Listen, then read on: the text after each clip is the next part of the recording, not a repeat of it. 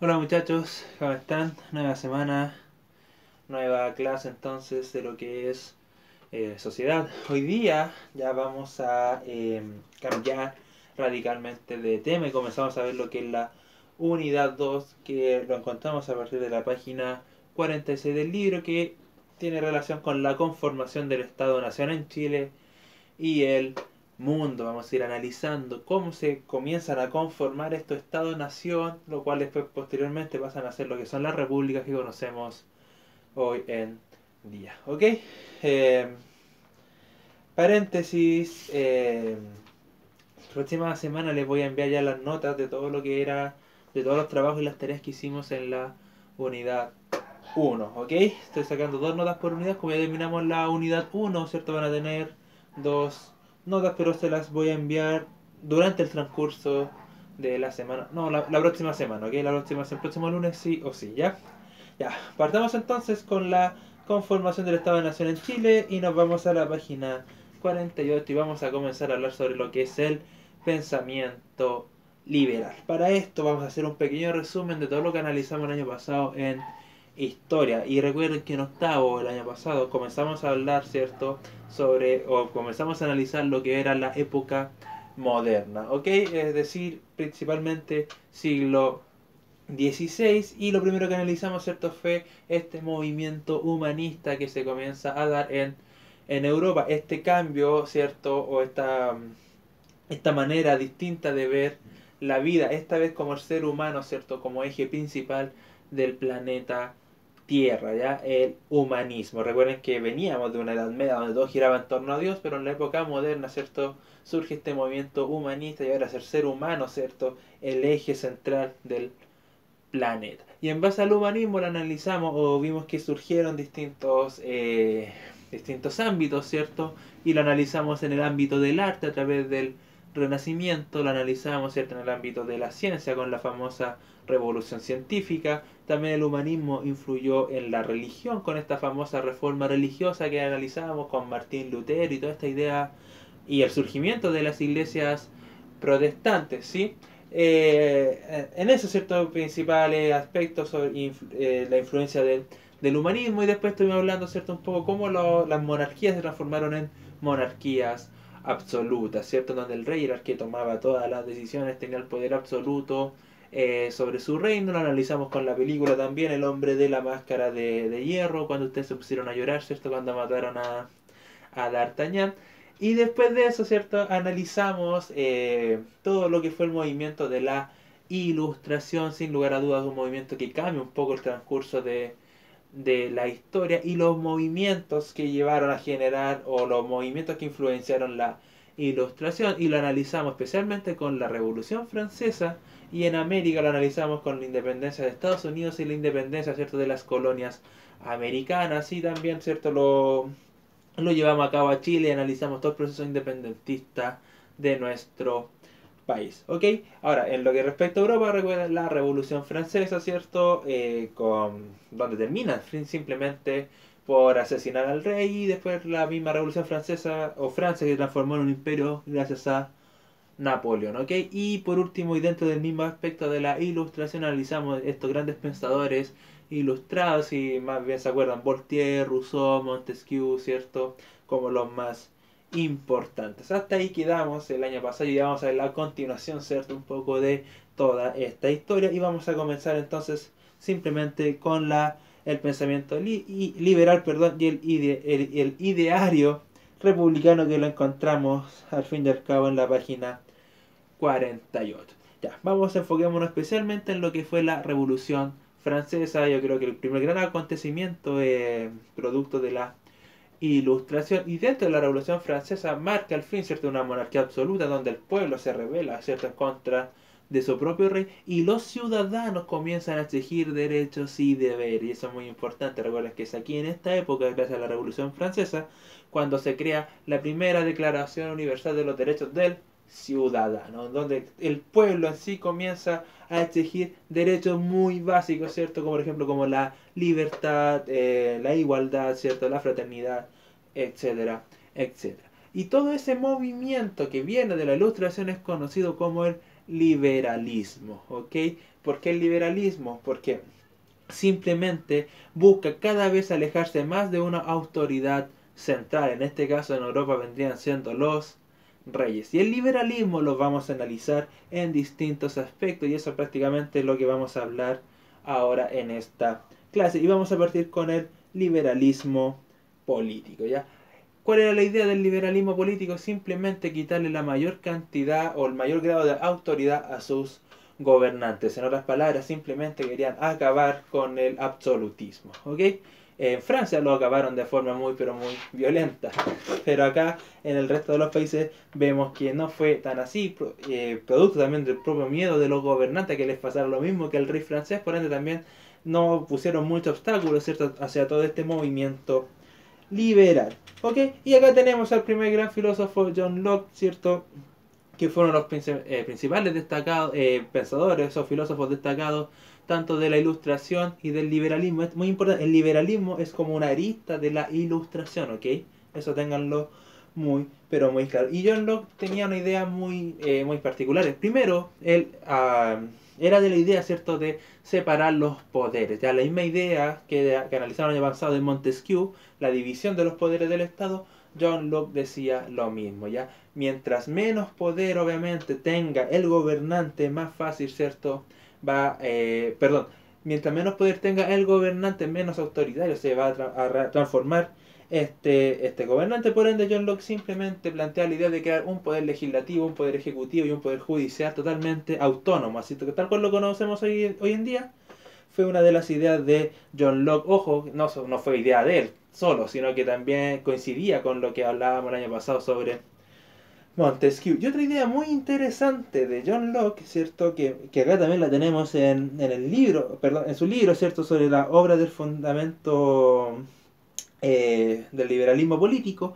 Él planteaba simplemente de que si un gobernante realizaba mal su trabajo, el pueblo tenía todo el derecho, ¿cierto?, de generar una revolución en contra de él. Era un poquito radical este señor, ¿cierto?, pero eso él planteaba simplemente de que si el gobernante realizaba muy mal su trabajo, si su gobierno no era eficiente, su gobierno era malo, el pueblo está en todo el derecho de rebelarse, ¿cierto?, como una libertad natural del ser humano, ¿ok? No era algo que estaba prohibido por ley, no, él planteaba que el pueblo sí lo podía hacer, ¿ya? Bueno, obviamente también planteaba, poseía todas estas otras ideas de la ilustración, donde que todo, la idea de la igualdad ante la ley, la soberanía popular y cosas por el estilo, ¿ok? Se entiende, pero eso es muy importante entonces, y John Locke fue uno de los principales precursores sobre estas ideas de la división de los poderes del Estado con la finalidad de quitarle autoridad a los gobernantes y la importancia del pueblo en el gobierno, y con esta idea que es muy radical, que a mí en lo personal me gusta mucho, y simplemente es que si el gobierno, ¿cierto?, si un gobernante hace mal su trabajo, el pueblo, ¿cierto?, tiene todo el derecho de rebelarse ante su gobernante, ¿ok? Bueno, dentro del liberalismo político también surgieron tres ideas que son fundamentales. La soberanía popular, que hablamos el año pasado, ¿cierto? Esta idea de Rousseau, en donde simplemente la soberanía popular plantea de que es el pueblo el que tiene que elegir a sus gobernantes, ¿ok? Es el pueblo que elige a sus representantes bajo cualquier método, especialmente, ¿cierto?, en este caso lo que es el sufragio. O sea, prácticamente comienza a plantear la idea de una democracia. La división de los poderes del Estado, que bueno, ya le hemos estado hablando, el año pasado lo analizamos con Montesquieu, poder legislativo, ejecutivo, judicial, todos separados, todos de forma autónoma, ¿con qué finalidad? Simplemente disminuir la autoridad de los gobernantes. Y otra idea también que era muy propia de la Ilustración, que también tuvo en los principios de la Revolución Francesa y que también forman parte del liberalismo político, la igualdad ante la ley. Es decir, todos los ciudadanos son iguales en derechos y deberes, sin importar lo que es la clase social, ¿cierto? Sin importar su raza, su color de piel, su creencia religiosa, etcétera. Todos son iguales ante la ley. ¿Cómo podemos crear esta idea de ser iguales ante la ley? Simplemente que quede registrado en una constitución. ¿Se entiende? Ahora, estas entonces son las ideas del liberalismo político. Ahora, a la práctica surgieron dos expresiones políticas gracias a estas ideas liberalistas, que uno es el parlamentarismo y lo otro, ¿cierto?, es el constitucionalismo, ¿ok? ¿Cuál es el parlamentarismo? Simplemente es un sistema de gobierno en que el poder legislativo está sobre el poder ejecutivo y sobre el poder judicial, en donde existe un parlamento que también gobierna, ¿ok? ¿Cuál es la razón, no? ¿Cuál es el objetivo de este sistema político? Insisto, disminuir la autoridad, ¿cierto? Disminuir el poder, en este caso, de los gobernantes. Y estas surgieron en Europa, especialmente en Inglaterra, y que se mantiene hasta el día de hoy. Inglaterra hasta el día de hoy es una monarquía, como ya saben, pero esta vez es controlada por un parlamento, ¿ok? De hecho, el año pasado analizamos también en educación cívica lo que eran las repúblicas parlamentarias. En este caso, entonces, surgieron las que eran las famosas monarquías parlamentarias. Tenemos un rey, que es la principal autoridad, ¿cierto?, del reino, pero tenemos un parlamento que gobierna. En este caso, ¿cierto?, el rey no puede hacer lo que quiera, ya que tiene que estar, ¿cierto?, en lo que es en el mismo tono, por decirlo de alguna forma, en las mismas ideas que el parlamento para poder llevar a cabo una ley. Por ende, la monarquía parlamentaria o el parlamentarismo es la primera gran expresión política que surge sobre estas ideas liberales y que, insisto, tiene como objetivo disminuir la autoridad de los gobernantes. Y por último tenemos, ¿cierto?, lo que es el constitucionalismo, y que también es un movimiento que simplemente buscaba de que todos los estados se tienen que basar bajo una constitución, ¿ya? También nace en respuesta crítica a estas monarquías absolutas donde las leyes ni siquiera estaban escritas y las leyes las planteaba el rey solo y él simplemente las conocía, por ende él también hacía su propia justicia. En cambio no, con el constitucionalismo ya estaban todas las leyes escritas, todo el sistema político del reino, de la nación iban a estar escritas y todos los derechos de las personas iban a estar escritas, por ende no había cómo negarlo, ¿cierto? O cómo poder desligarse de esas ideas, ¿ok? Ese es el constitucionalismo. Y acá tenemos un esquema que habla un poco de la constitución, y la constitución tiene que plantear la estructura del Estado y decir si se organiza de forma federal o de forma unitaria. También hablamos de eso el año pasado, ¿cierto?, en educación cívica, sobre las repúblicas federales y las repúblicas unitarias democráticas como la conocemos hoy en día. Recuerden que la federal, aquella que entrega mayor autonomía a las regiones, que la unitaria no, que tiene una capital central, ¿cierto?, y desde ahí se rige o se gobierna todo el territorio. Bueno, también la constitución tiene que tener una organización política, es decir, ¿cierto?, todo este sistema de leyes que se van a crear en el país, y tiene que tener los derechos y los deberes de los ciudadanos. Y esto es muy importante porque después de la Revolución Francesa comienza a surgir la idea de que todos los ciudadanos tienen estos famosos derechos y deberes, y la mejor forma de poder garantizarlos es a través de la Constitución, ¿ok? Entonces tenemos estos movimientos que están surgiendo y que simplemente lo podemos analizar y que se mantienen hasta el día de hoy. No, obviamente han pasado ya casi 150, 200 años sobre todo este periodo, ¿cierto? Y que han habido cambios, pero acá es la raíz de todo lo que conocemos hoy en día en ámbitos políticos, en ámbitos de los derechos y deberes, en ámbitos de las constituciones. Esto es la raíz, y simplemente esto ocurre todo en Europa y después, ¿cierto?, se traslada hacia América todas estas ideas. El reconocimiento de los derechos individuales, ¿cierto? Reconocer los derechos que tienen todos los ciudadanos o todas las personas, no por pertenecer a algún grupo social en especial, o a algún grupo político, de ser algún país en especial, no, simplemente por el hecho de ser personas, por el hecho natural de ser seres humanos, ¿ok? Por el solo hecho de ser un ser humano, usted ya tiene estas famosas libertades, el reconocimiento entonces de los derechos individuales. E insisto, todo esto también son ideas de la Ilustración y que son un claro legado también de la Revolución Francesa, ¿ok?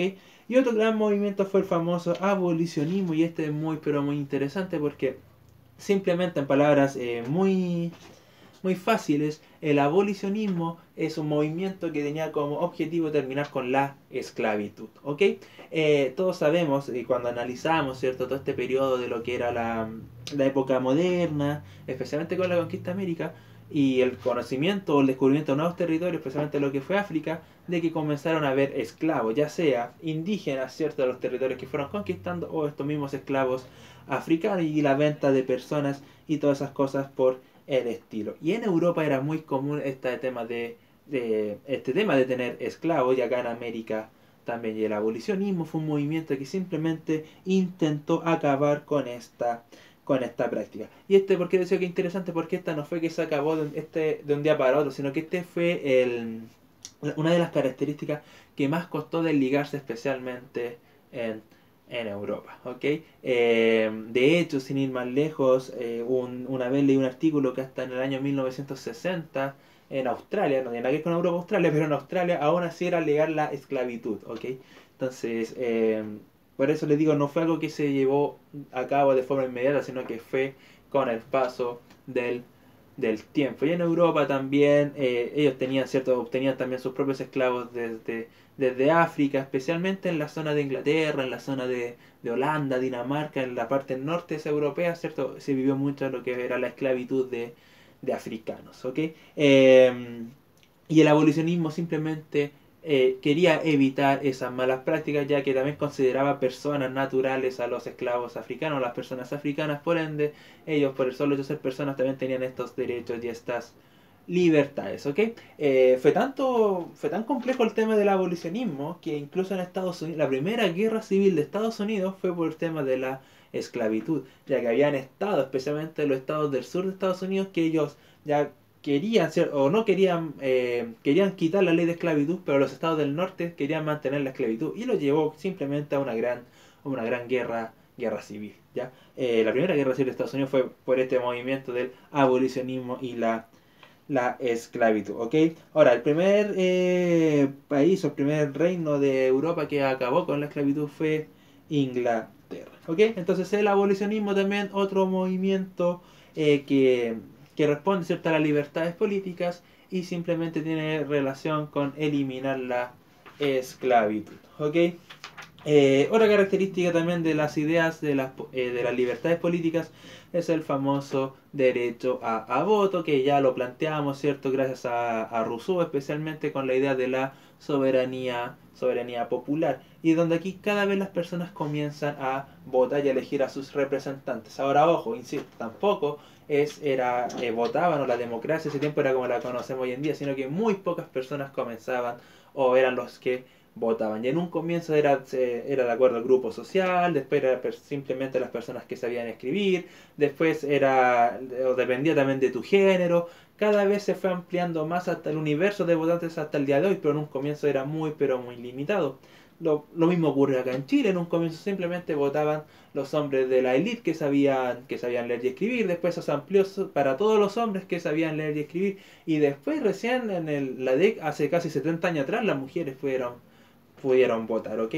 Pero el derecho a voto también fue una idea que fue evolucionando poco a poco bajo esta idea de libertades políticas. Por eso insisto, no quiere decir que tal cual la conozcamos, nuestras sociedades, nuestras características políticas hoy en día, ¿cierto?, hayan nacido en este periodo europeo, sino que de aquí comienza la raíz, ¿cierto?, de todo esto que conocemos hoy en día. De aquí comienzan a generarse los cambios, pero estos cambios fueron, ¿cierto?, fueron de manera en orden, por decirlo de alguna forma, ¿cierto?, a través del tiempo, ¿ok? No fue que todo tal cual lo conocemos hoy en día fue así mismo como surgió, no, fue modificando a través del tiempo. Y aquí tenemos entonces la característica del voto, que es lo que les acabo de nombrar. La idea estaba clara, soberanía popular, el pueblo elige a sus representantes. Ahora, ¿quiénes votaban? Y eso fue lo que fue cambiando en el tiempo. Por suerte hoy en día ya es algo mucho más universal y no existe tanta diferencia o no existen muchas diferencias para poder votar, ¿cierto? Hoy día votan personas de todos los géneros, ¿cierto? De todas las edades, de todos los grupos sociales, etcétera, etcétera.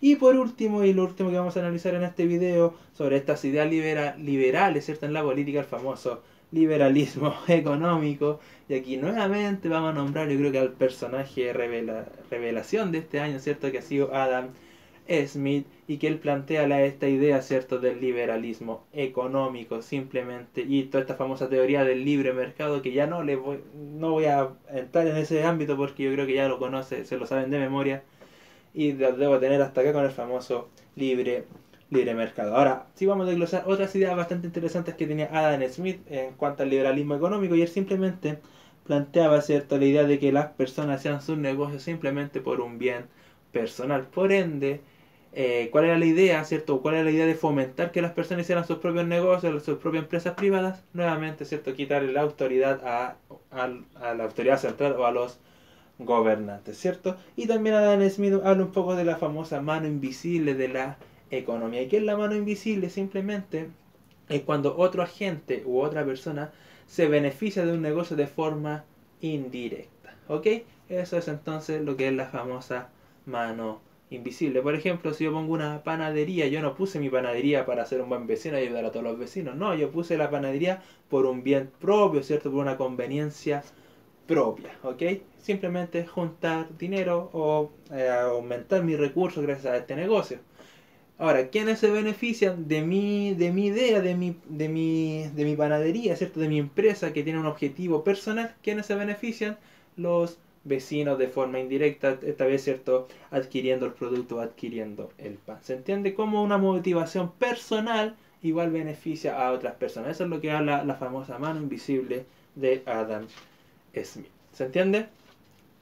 Eso muchachos, hasta aquí quería llegar el día de hoy. Simplemente que tengan muy claro todas estas características del liberalismo político. Recuerden, todo esto es consecuencia de las ideas de la ilustración y eso es clave que no lo pierdan de foco. La ilustración es fundamental para surgir todos estos movimientos y también obviamente la revolución francesa. Todas estas ideas de la soberanía popular, de la división de los poderes, de la igualdad ante la ley, ya estos nuevos sistemas de gobierno que surgen, como es el parlamentarismo, el constitucionalismo, ¿cierto?